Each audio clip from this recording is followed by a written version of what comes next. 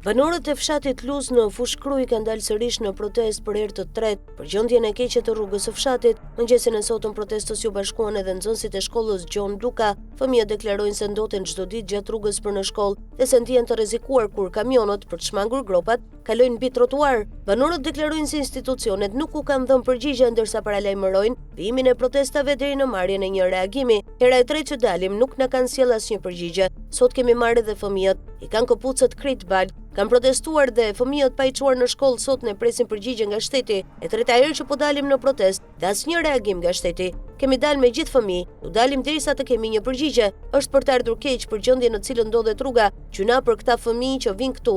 Rreshtet kanë qenë të shumta dhe ka patur balt. Nuk bën ky çakull. Ta shtrojnë me asfalt dhe tamam. Nuk do hapet rruga derisa të marrin masa. Kanë filluar banorët duke vënë gur në trotuar se vinë kamionët dhe hipin në trotuar. Than disa nga banorët. I pranishëm kryebanorëve është gjithashtu edhe ish kandidati i PD-s për deputet, Aulon Kalaja, i cili thotë se krahas rrugës, autoritetet duhet që të ndërtojnë edhe një mbikalim për shkak të prezencës së fëmijëve, që duhet kalojnë çdo ditë për të shkuar në shkollë. Pas ditën e djeshme në rrugë është hedhur një kamion me çakull për të mbyllur gropat e mëdha, por banorët thonë se kjo nuk është zgjidhje. Ata kërkojnë rikonstruksionin e plotë të rrugës, e cila është një arterie kryesore dhe ku kalojnë shumë kamion në ditë. Banorët e bllokuan sot rrugën për mbi një orë, ndërsa deklarojnë se do të vijojnë me protestat, madje do t'i përshkallëzojnë nëse nuk ndërhyhet seriozisht në rikonstruksionin e saj.